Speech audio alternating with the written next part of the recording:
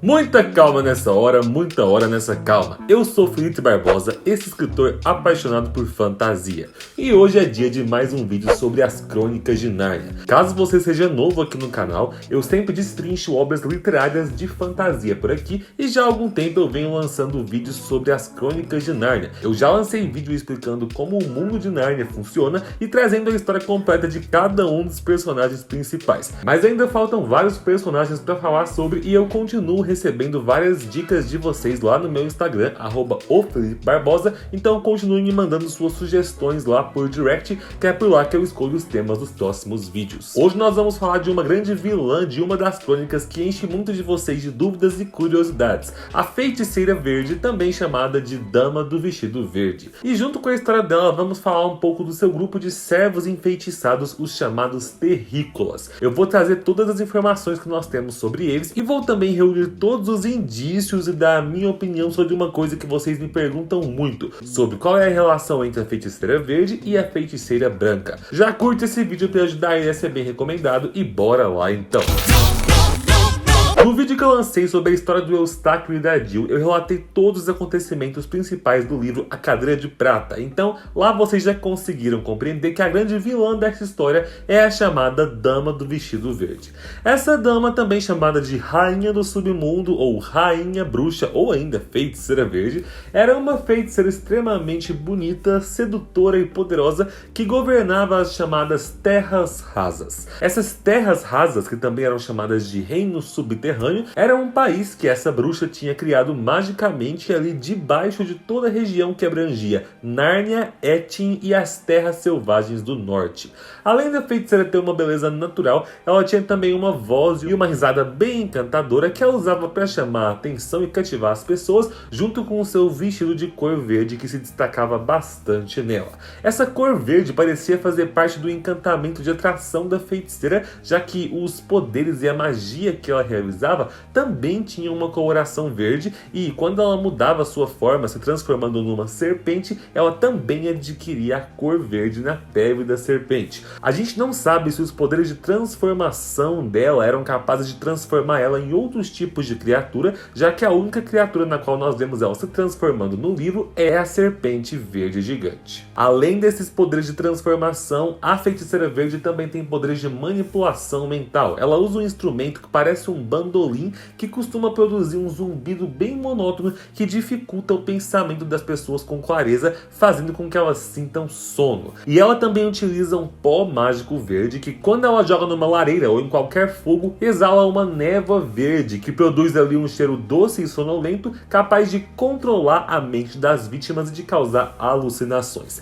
Inclusive, no filme de 2010 de A Viagem do Peregrino da Alvorada, eles inventaram aquela tal névoa verde no roteiro do filme a partir dessa ideia do pó verde que é usado pela feiticeira na crônica A Cadeira de Prata. Então, quando a feiticeira usa o poder do pó junto com o toque do bandolim, a capacidade de manipulação mental dela é altíssima e ela pode te fazer esquecer completamente de quem você é ou de onde você veio. As origens dessa bruxa ou mesmo seu nome real são desconhecidas. Ela alega, no entanto, ali no livro que ela era de uma raça divina que não conhecia a idade nem a morte, sendo que ela supostamente teria nascido nos tempos antigos de Nárnia e estava presente ali desde quando a cidade em ruínas dos gigantes antigos ainda estava de pé. Nós sabemos também que desde o início da existência dessa feiticeira ela era conhecida e respeitada pelos gigantes, afinal é visto ali na crônica A Cadeira de Prata que ela mantinha uma boa convivência principalmente com os gigantes que moravam no castelo de Harfang e que vez ou outra era comum que ela mandasse oferendas humanas para servir de jantar para eles. É possível então que nos tempos antigos de Nárnia, quando essa bruxa surgiu, ela tenha vindo das Terras Sombrias, que são um país no extremo ermo ocidental, na verdade é o último país depois das Montanhas de Gelo, e é de lá que vêm todas as coisas horrendas, os gigantes carnívoros, ogros, lobos, minotauros, as dríades de plantas venenosas e de árvores más, os lobisomens, os demônios e as feiticeiras. Embora a gente não tenha registro nas crônicas de Nárnia de outra feiticeira além da Dama do Vestido Verde e da Feiticeira Jadis. O que a gente sabe com exatidão na história dessa dama é que em algum momento ali durante a era de reinado do rei Caspian, talvez até um pouquinho antes disso, ela conquistou o chamado Reino Profundo, que era ali a primeira camada do mundo subterrâneo debaixo de Nárnia. E depois disso, ela ainda conquistou um reino que existia abaixo do Reino Profundo, que era chamado de Bismo.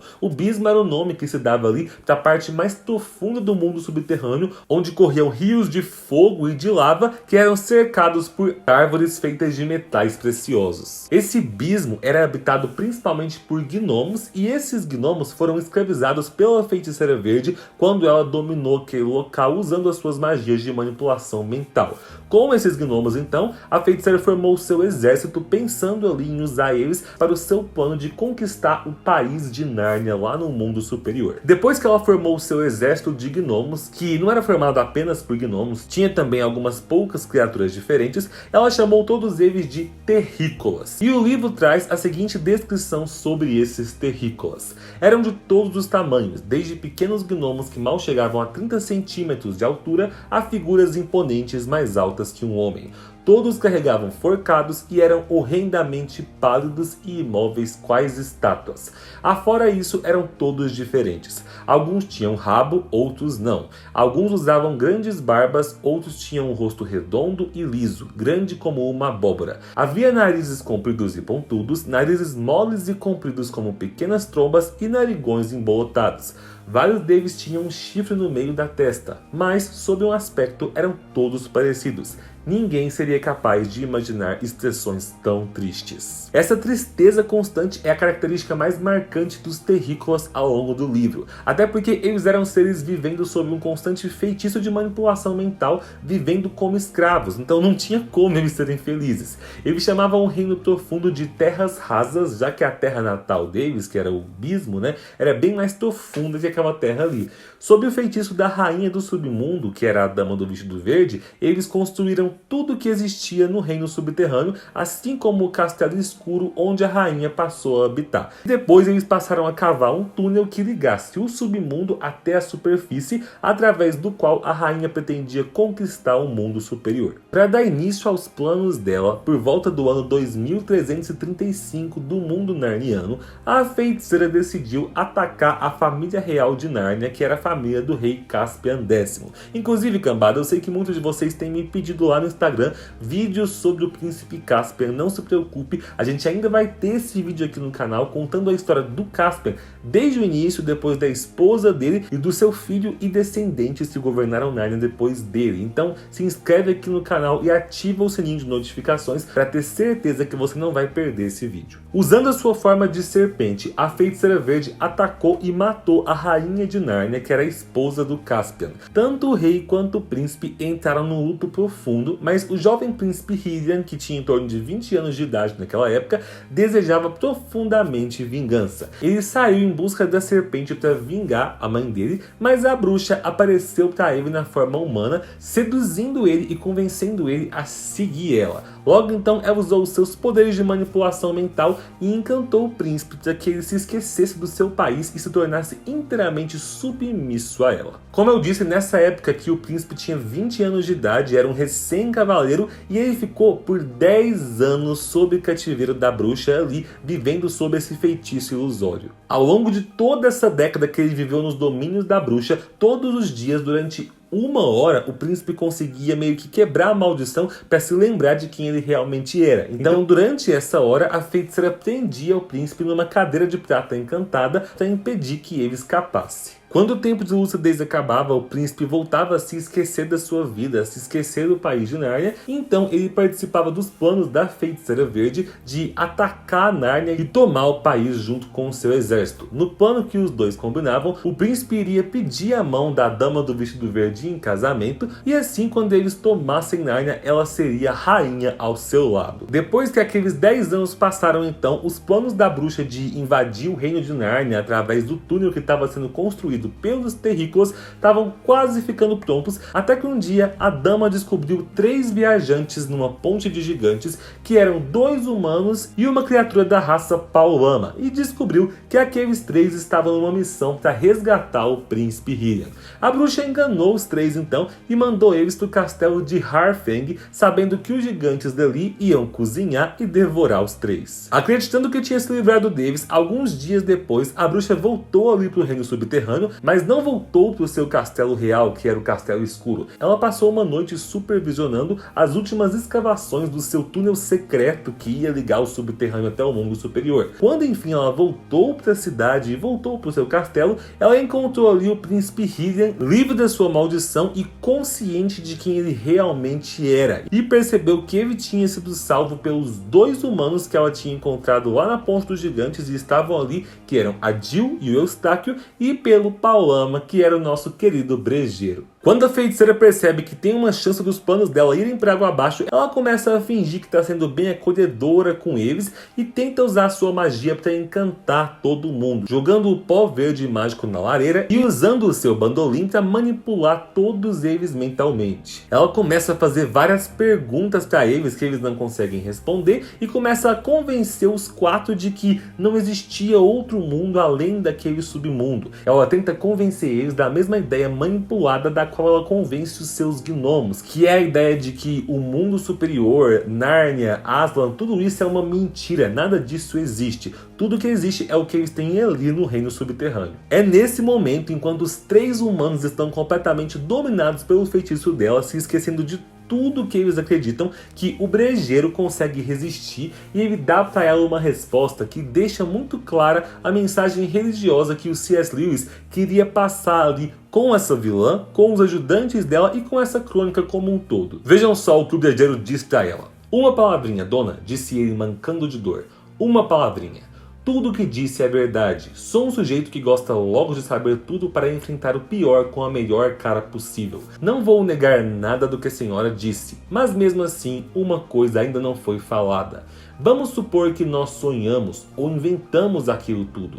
Árvores, relva, sol, lua, estrelas e até Aslan. Vamos supor que sonhamos. Ora, nesse caso, as coisas inventadas parecem um bocado mais importantes do que as coisas reais. Vamos supor então que essa fossa, este seu reino, seja o único mundo existente. Pois, para mim, o seu mundo não basta, e vale muito pouco. E o que estou dizendo é engraçado se a gente pensar bem. Somos apenas uns bebezinhos brincando, se é que a senhora tem razão, dona. Mas 4 crianças brincando podem construir um mundo de brinquedo que dá de 10-0 no seu mundo real. Por isso é que prefiro o mundo de brinquedo. Estou do lado de Aslan, mesmo que não haja Aslan. Quero viver como um narniano, mesmo que Nárnia não exista. Assim, agradecendo sensibilizada sua ceia, se estes 2 cavalheiros e a jovem dama estão prontos, estamos de saída para os caminhos da escuridão, onde passaremos nossas vidas procurando o mundo de cima. Não que as nossas vidas devam ser muito longas, certo? Mas o prejuízo é pequeno se o mundo existente é um lugar tão chato como a senhora diz. Cambada, é o seguinte, independente da sua religião ou crença, a mensagem que é passada nesse trecho é bem bonita, uma mensagem muito forte sobre fé e esperança, e aqui a gente entende a representação do que a Feiticeira Verde e os terrícolas são naquele mundo. Dá pra entender que aquele submundo ali é como se fosse uma representação da vida mundana, onde os terrícolas seriam indivíduos tristes por serem convencidos de que não existe nada além daquela realidade, e a Dama do Vestido Verde, ela pode ser entendida ali numa analogia tanto como uma falsa profeta ou até mesmo como o próprio diabo, tentando controlar todos os habitantes naquele reino e fazendo com que eles percam a sua fé em Nárnia e em Aslan. E a transformação da feiticeira em serpente dá mais força ainda para essa analogia dela enquanto diabo e também para a teoria dos fãs, da qual eu vou falar daqui a pouco. É importante lembrar antes disso que a feiticeira ataca o príncipe Hylian na sua forma de serpente quando eles conseguem escapar do encantamento dela, mas ela acaba sendo morta pelo príncipe e pelo Eustáquio, e aqui se finaliza a sua história. Depois da morte dela, os gnomos foram libertados do feitiço em que eles estavam presos e um grande buraco no chão se abre ali como uma passagem para que eles possam retornar para o Bismo, que era a terra natal deles, né?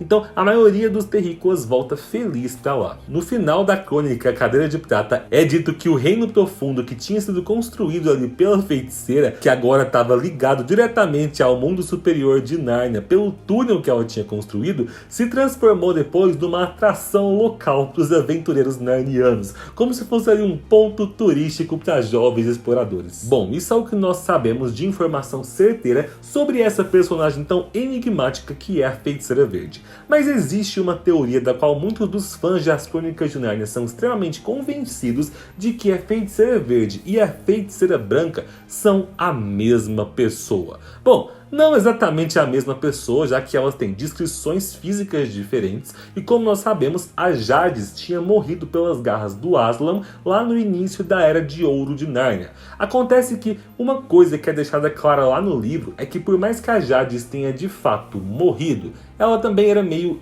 imortal. Como assim? Eu expliquei lá no vídeo sobre ela aqui do canal, se você não assistiu, assista, que o envolvimento dela com magia das trevas fazia com que ela tivesse protegido a sua alma contra a morte, mas o principal fator que fazia dela imortal é que ela tinha comido a maçã prateada lá nos tempos do início de Nárnia, né? Então isso fazia com que a alma dela fosse de fato imortal.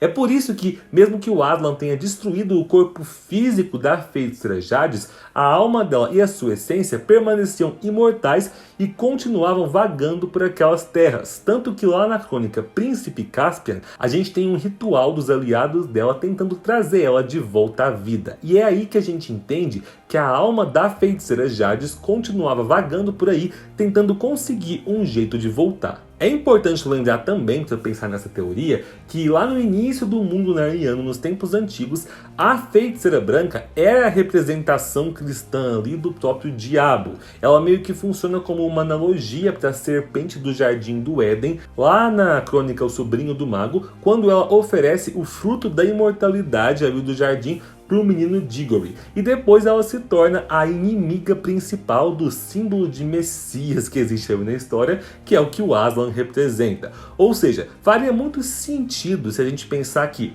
depois dela ter morrido com o corpo de Feiticeira Branca, a entidade dela, que seria equivalente ao diabo daquele mundo, teria sobrevivido e meio que reencarnado, ou então ressurgido de alguma forma com esse novo corpo ali que seria a Dama do Vestido Verde. As maiores evidências que os fãs que acreditam nessa teoria usam para embasar ela são as seguintes. A primeira delas é que nos filmes televisivos que a BBC fez adaptando a história, a Feiticeira Jadis na crônica O Leão, a Feiticeira e o Guarda-Roupa e a Dama do Vestido Verde na crônica A Cadeira de Prata são interpretadas pela mesma atriz, que é a Barbara Kellerman. A segunda evidência é que algumas edições que relançaram os livros das Crônicas de Nárnia dizem ali num glossário onde tem uma seção de personagens que a personagem Feiticeira Jadis aparece na crônica A Cadeira de Prata. Só que assim, por mais que essas duas evidências sejam interessantes, é muito importante lembrar que nenhuma das duas tem relação direta com o autor, o C.S. Lewis. E o único comentário que o autor colocou relacionando essas duas personagens nos seus livros